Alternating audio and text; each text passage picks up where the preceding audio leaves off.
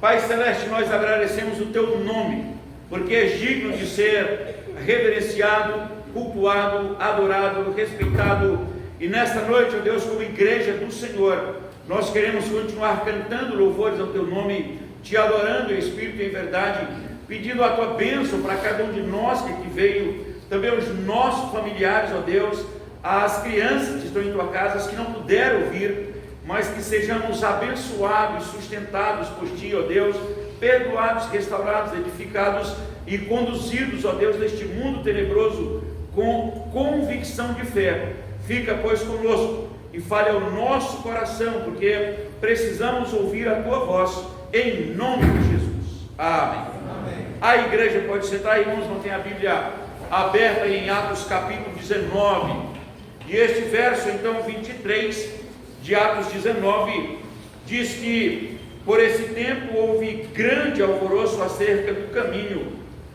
Eu quero pensar nesse tema rapidinho, um alvoroço benéfico a respeito do caminho. Se você ler principalmente o livro de Atos, você vai encontrar que os cristãos foram chamados de evangélicos, em Antioquia foram chamados pela primeira vez de cristãos, depois os do caminho, Nazareno. Então você tem alguns nomes, como os seguidores de Cristo, eles eram evangélicos, eles eram cristãos, eles eram nazarenos, eles são os do caminho. Lá em Mateus 5 diz que é sal da terra, que é luz do mundo. E alguns cristãos de hoje, eles se identificam como membro daquela comunidade X. Isso começa a criar um movimento, porque o indivíduo é apenas membro de um movimento ou de uma determinada comunidade, ou então a igreja, como chama, ou associação, alguma coisa assim, e vai se vivendo, desta forma. E por isso se acham cristãos, ou nazarenos, ou os do caminho. E aí no livro de Atos você vê que, houve uma perseguição para os do caminho. Se você olhar em Atos 9, antes da conversão de Paulo pega uma carta, uma autorização para viajar e prender ou matar alguns que eram do caminho. A Bíblia diz que Paulo ia com amargura, com gosto de sangue na boca, para perseguir os do caminho. Está lá em Atos 9. E agora o apóstolo Paulo, se você observar no capítulo 19, ainda no texto que nós vemos, no verso 9, diz assim, visto que a respeito ao reino, aliás, visto que alguns deles se mostravam empedernidos e descrentes, falando mal do caminho diante da multidão, falando mal do caminho, com letra maiúscula. A Bíblia diz que Jesus Cristo é o caminho, que Ele é a verdade e que Ele é a vida. Então ser cristão também é ser nazareno. Ser nazareno também é cristão. Ser cristão e ser nazareno é estar no caminho, ou ser do caminho, ou o povo que tem um caminho, que sabe para onde vai. E este caminho, ele é tão somente aberto pelo próprio Deus, não é pelo homem. Quando o homem abre o caminho, está lá em Romanos capítulo 1, esse caminho conduz para a perdição, conduz numa outra direção. E aí todo o capítulo 19, o apóstolo Paulo estaria há 2 anos em Éfeso. A cidade de Éfeso tinha o grande centro de adoração à deusa Diana. Se você continuar lendo, leia em casa depois, você vai ver que era como se fosse o sindicato dos fazedores de nichos. Eles vão se reunir e vão dizer, gente, olha só, se isso continuar, nós vamos perder nossos empregos, o nosso ganha-pão é da deusa Diana, e todos nós sabemos que ela caiu do céu, que ela caiu, eles tinham crença de que ela caiu. Aqui no Brasil tem uma crença de alguma que foi achada, que apareceu, e ela então é adorada porque é a Aparecida, e vira a padroeira do Brasil. E aí muita gente vive nessa dependência financeira, desse movimento em torno daquela que apareceu e virou padroeira. E aí tem um feriado nacional. E agora em Éfeso, diz que eles estavam preocupados porque Paulo estava pregando alguma coisa que era do caminho, e eles diziam que Paulo estava dizendo que a Diana não caiu do céu, e eles estavam dizendo, nós cremos que ela caiu do céu, ela é a grande Diana. Olha só o verso 28, diz assim, ouvindo isto, encheram-se de fúria e clamavam, grande é a Diana dos Efésios.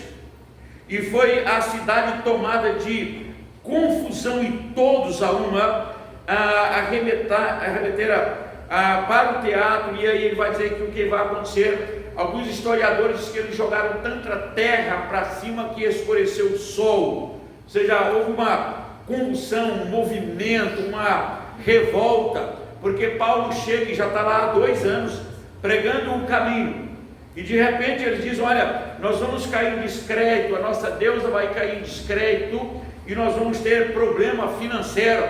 Então, por causa do problema financeiro, vamos expulsar Paulo, que já está aqui há 2 anos. E então Paulo vai sair de lá e vai andar numa outra direção. Mas nós que somos do caminho, a Bíblia diz que só Cristo é o caminho, a verdade e a vida, e ninguém vai ao Pai senão por Cristo. Quando você vai abrir a Bíblia lá em Êxodo, por exemplo, 20, o início dos 10 mandamentos, Deus fala para Israel, eu sou o Senhor teu Deus, não haverá outros deuses diante de mim, não farás para ti imagem de escultura. E como é que não só o mundo, mas o Brasil, ele é afogado literalmente por imagens, de objetos de culto ou de adoração, e muitos já estão crendo e dizendo, olha, isso é válido, isso é bom, isso dá movimento financeiro, isso é a nossa crença, é a nossa dependência. E então a Bíblia mostra que isso é a falta de raciocínio. O profeta diz o seguinte, quem é movido pelas imagens deveria parar para pensar que Deus plantou um cipreste e fez crescer, e aí vai o homem, corta e se cansa e sua, mas corta aquela árvore, e com um pedaço daquela árvore, ela faz uma imagem e se assenta diante dela, ou se curva diante dela, e chama o ourive para que pregue, para que ela não oscile, e diz assim, salva-me porque tu és o meu Deus. Mas com o outro pedaço do mesmo cipreste, ele queimou, e aí ele fez comida. E disse: é uma questão de raciocinar.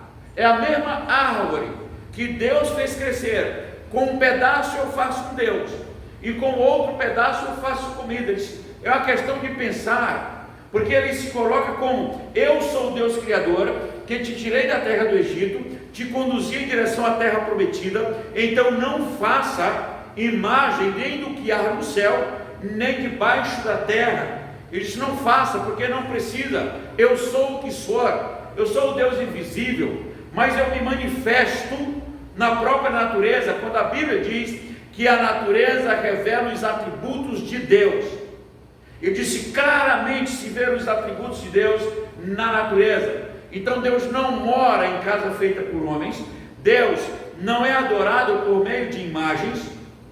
Ele disse que o Deus é onisciente, onipresente, Ele é absoluto. Nós acabamos de cantar, Ele tudo cria, tudo sustenta, e nós o adoramos. E como é que há um caminho feito pelos homens, que é um caminho que não conduz a Deus, mas conduz à perdição, por fim conduz ao inferno? Se você ler Romanos 1, a partir do verso 22, que as pessoas, inculcando-se por sábias, tornaram-se loucas e desprezaram o conhecimento de Deus, e aí fizeram um novo caminho. E a Bíblia diz que fizeram imagens de quadrúpedes e de aves, e vão adorar e vão cultuar. O final, a Bíblia diz que eles são conduzidos para a distância de Deus, porque ele vai mostrar para onde que conduz. Não é para Deus, pelo contrário, ele diz que se perverteram e se perderam. E Timóteo 2,5, ele diz: olha, há um só Deus, um só mediador entre Deus e os homens, Cristo Jesus, homem. Mas o caminho feito, aberto pela humanidade, não por Deus. Nós estamos vendo isso no meio chamado cristão, no meio chamado dos nazarenos, no meio dos evangélicos, no meio dos supostamente que adoram a Deus, e é um povo que tem pânico, medo e superstição. É um caminho que é baseado na superstição. É um copo d'água para cá, é um lenço para ali, é uma fotografia para o outro lado, é algo cheio de superstição. E lá em João 4, a Bíblia diz: não, Deus é Espírito, e importa que se adore em Espírito e em verdade. Então esta convulsão do verso 23, que diz que por esse tempo houve grande alvoroço acerca do caminho. Era o templo da Diana, eram os adoradores da Diana. O povo entra em dificuldade por causa do caminho que Paulo apresenta. É um caminho que ninguém pode impedir. Ele avança até a volta de Cristo. Ele começa em Cristo, encerra em Cristo. E é por Cristo que somos salvos. A Bíblia diz que na morte de Cristo, o véu do santuário se rasgou. Tivemos acesso a Deus. 1 Pedro 2,9. Ele diz que agora, ele diz que nós somos, ele disse: olha, Deus nos fez sacerdotes e santos, ou separados para Cristo, a fim de proclamar as virtudes daquele que nos chamou das trevas para a sua maravilhosa luz. Não é algo de alguém que foi achado, de alguém que foi encontrado, de um caminho que o homem criou, que o pecador criou. Não, ele disse: não, agora vocês são raça eleita, sacerdote real, nação santa, propriedade exclusiva de Deus.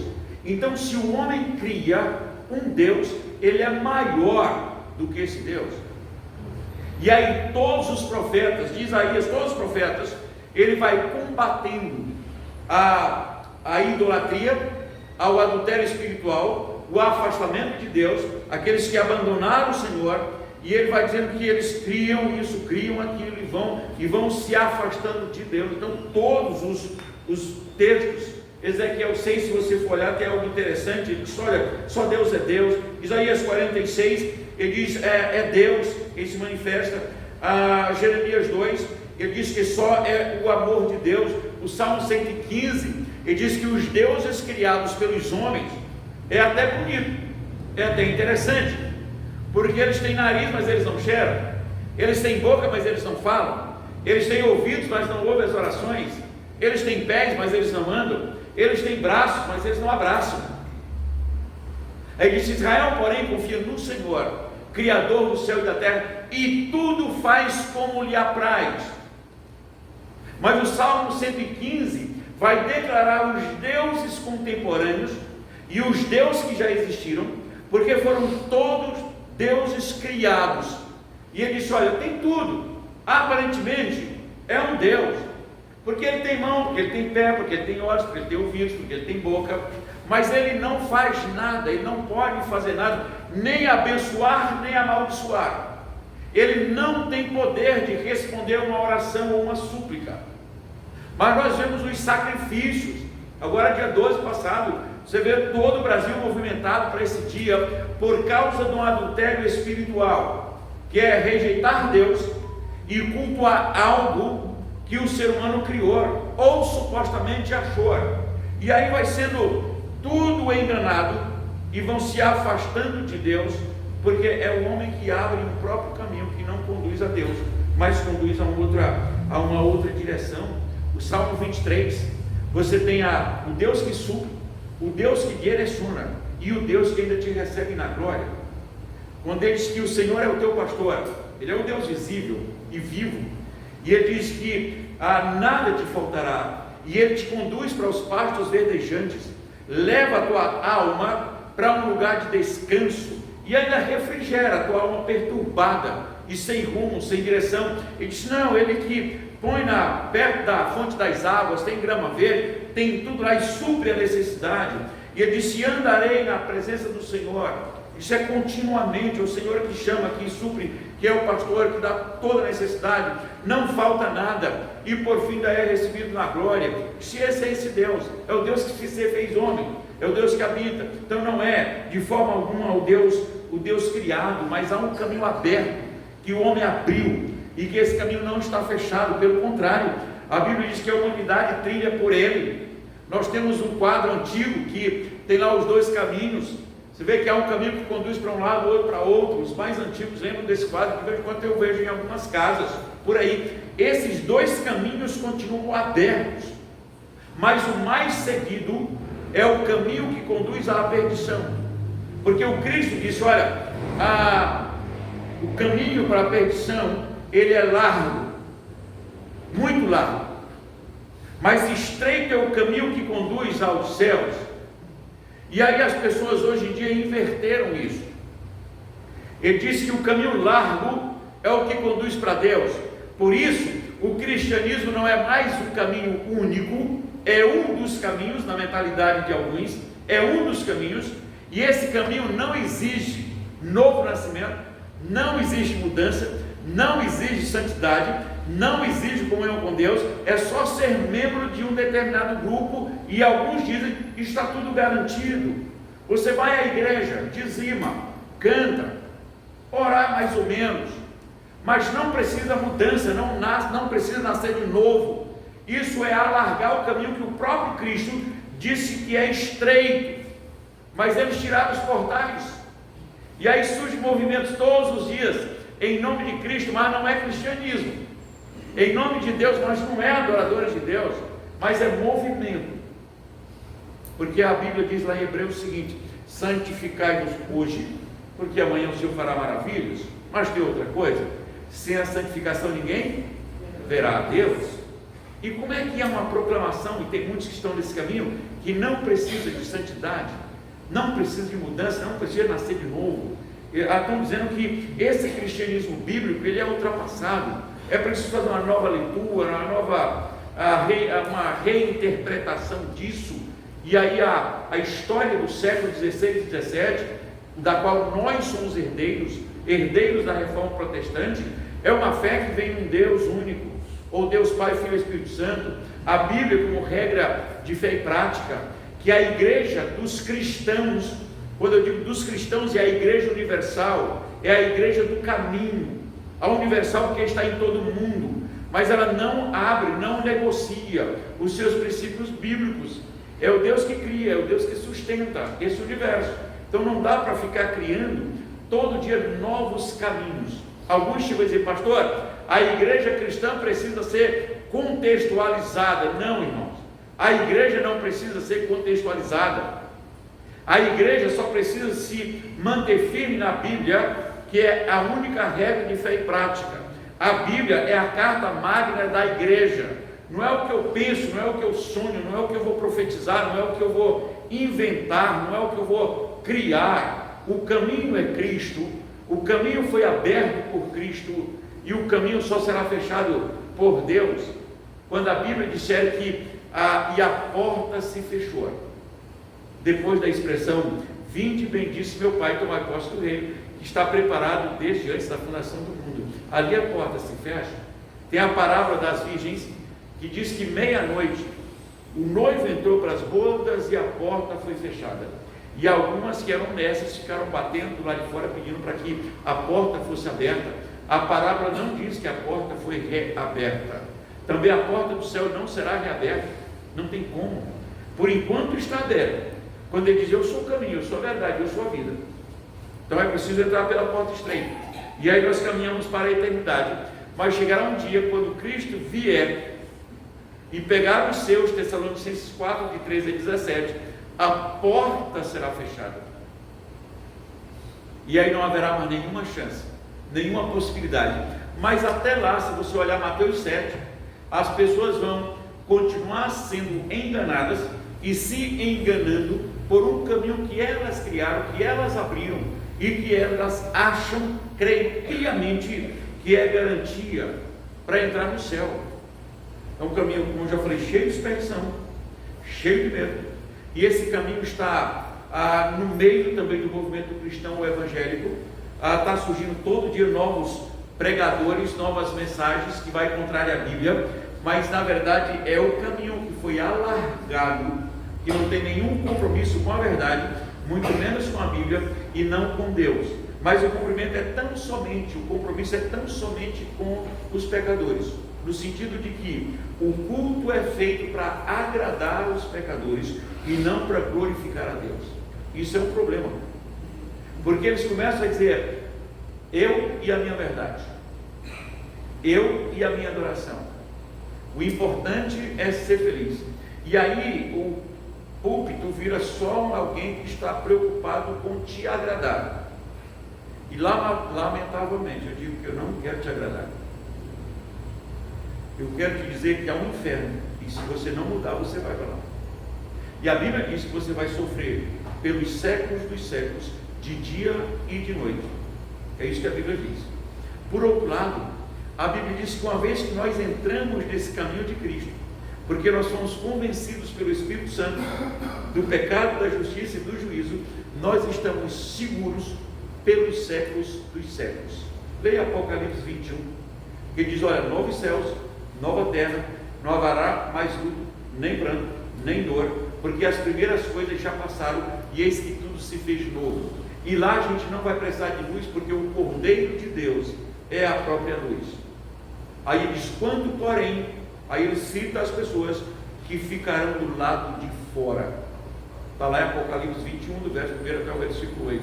Então vamos prosseguir nesse caminho, e graças a Deus que houve um alvoroço benéfico por causa do caminho. Apesar de Paulo já estar ali há 2 anos em Éfeso, e ele vai explicar, ele vai reanimar os cristãos, ele vai encontrar os discípulos de João, ele vai explicar a Bíblia, e eles creem em Cristo, eles creem no Espírito Santo, eles nascem de novo, eles recebem batismo, e a igreja então continua. E aí vem um grande movimento para a perseguição de Paulo, exatamente por causa do caminho. E ele dizia, não, eles estão dizendo que a nossa deusa não caiu do céu, não é deusa, e se isso acontecer, nós vamos cair em descrédito. Eu quero ler com você a partir do verso 24 de novo, talvez você não leia em casa. Diz assim, olha, pois um ourives chamado Demétrio, que fazia de prata nichos da Diana, ou seja, imagens da Diana, e que dava muito lucro aos artífices, convocando-os juntamente com outros da mesma profissão, disseram-lhe, senhores, sabeis que deste ofício vem a nossa prosperidade, e estáis vendo que não só em Éfeso, mas em quase toda a Ásia, este Paulo tem persuadido e descaminhado muita gente, afirmando não serem deuses o que são feitos por mãos humanas.